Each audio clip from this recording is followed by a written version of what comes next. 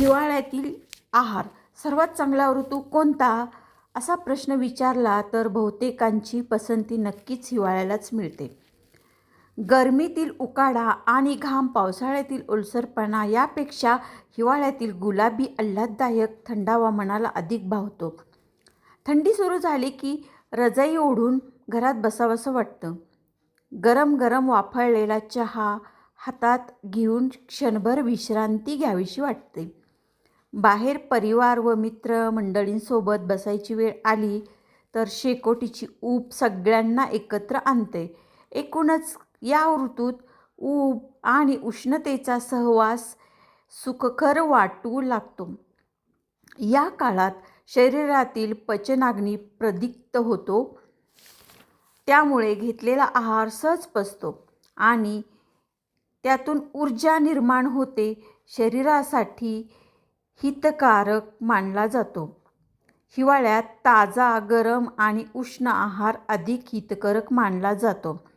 अशा आहारामुळे शरीरातील दोष संतुलित राहतात, आराम पचतो आणि थंडीमध्ये सामान्यतः जाणवणारे त्रास जसं की शरीर जखडणं, सांधेदुखी, मुंग्या येणं, रक्ताभिसरण मंदावणं, हातपाय थंड पडणं यांना प्रतिबंध होण्यास मदत मिळते. हिवाळ्यात उपयुक्त ठरणाऱ्या काही आहारासंबंधी टिप्स आणि रेसिपीज आपण आज पाहूया. 1. हिवाळ्यात शक्यतो गरम पाणी उत्तम असते. पाणी उकळताना त्यात सुंठ, दालचिनी घालून उकळलेले पाणी अधिक लाभदायक ठरते. तसेच गरम पाणी पिताना त्यामध्ये 1 चिमूटभर काळी मिरी व हळद व लिंबू घातल्यास पचन सुधारण्यास मदत होते. पाणी उकळताना जलसंतुलन हे वनस्पती मिश्रण वापरणे अजून उत्तम असते. हिवाळ्यात चहा पिण्याची खासच ओढ असते. चहा करताना त्यामध्ये तुळस, काळी मिरी घालून तयार केलेला चहा निश्चितच गुणकारी असतो. मात्र शक्य झाल्यास संतुलनाचा सॅन अमृत चहा अधूनमधून करून प्यावा. सॅन अमृत चहामध्ये असलेले गूळ, वेल, कंटकारी, ज्येष्ठमध, वेलची यासारख्या महत्त्वाच्या वनस्पती प्रतिकारशक्ती वाढवण्यास मदत करतात. थंडीच्या दिवसात चांगल्या प्रतीचे दूध गरम करून नक्की प्यावे. दुधामध्ये सुंठ, हळद, केशर घातल्यास ते अधिक पौष्टिक व आरोग्यदायी ठरते. घरच्या केलेल्या ताज्या लोण्यात थोडे लसूण, लाल मिरचीचे फ्लेक्स, आले, कोथिंबीर, काळी मिरी व काळे मीठ घालून ते पराठा किंवा पोळीबरोबर खाल्ल्यास चव तर वाढवतेच, पण शरीराला उष्णता मिळते.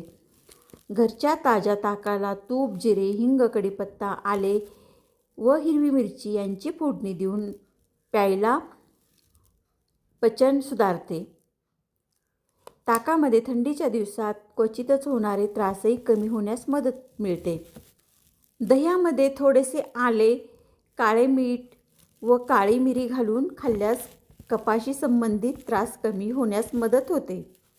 या काळात बाजारात विविध प्रकारच्या भाज्या उपलब्ध असतात. वेगवेगळ्या शेंगा, पापडी, करटोली, गाजर, मुळा, गोराडू, मटार, हरभरे यांच्या साहाय्याने उंदियू किंवा पोपटीसारख्या भाज्या घरी केल्या जातात.